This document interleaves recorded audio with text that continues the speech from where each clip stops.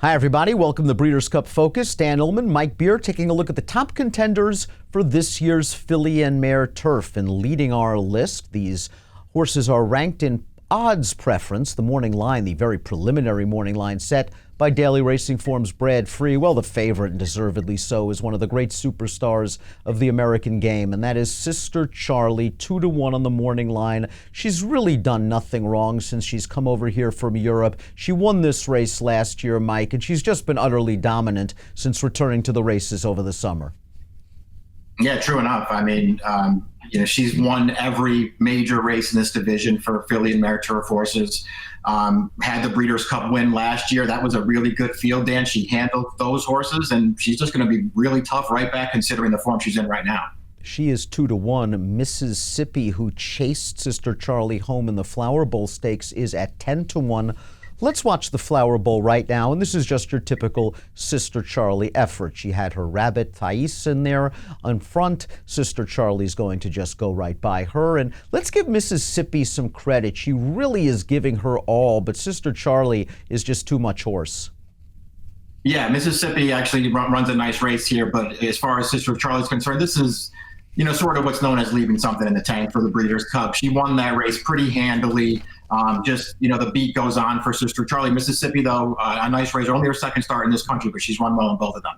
A filly coming over from Europe, perhaps, is upwardly mobile, and she handles either firm or soft ground. She's the 3-year-old Star Catcher, winner of the Irish Oaks 2 starts back, and then she won the Prix Vermeil last time out, going 1.5 miles. And unlike many European horses, Mike, speed is her game. Yeah, it has been in her last couple of starts, in both the Irish Oaks and in this race we're watching right now. Straight to the front both times, Dan. In this race they were watching, she just got absolutely loose in this race. They went to the top. Nobody went with her. You can see her here in an all-out drive for the last couple of furlongs, but she is holding on. 3 major wins in a row for this filly.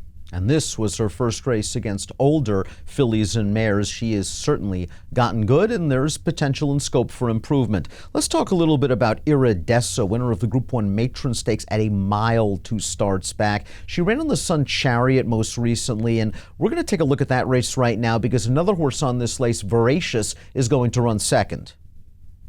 Yeah, they're both in this field, and they're going to wind up finishing second and third in this race. Iridessa, I wonder what her best distance is, Dan. It feels like maybe it's, up to 1 mile, but she did win the Pretty Polly at 1.25 miles. So I suppose that she could stretch out and run in this race. We'll see what happens with her.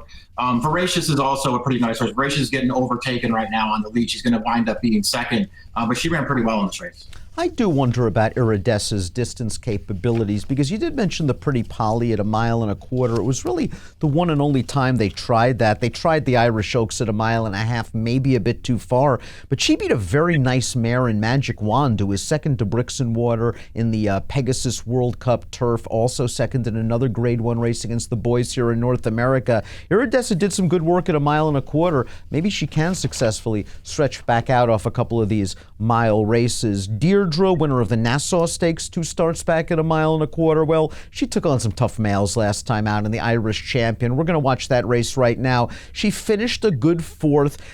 She pulled off that big upset in the Nassau, and I guess there are some folks out there that believe she's a one-hit wonder that has to prove that again. Yeah, I mean, I think that's a fair way to look at her. I mean, they had run her in a bunch of major races, and she, sort of tends to go off at bigger prices in those races.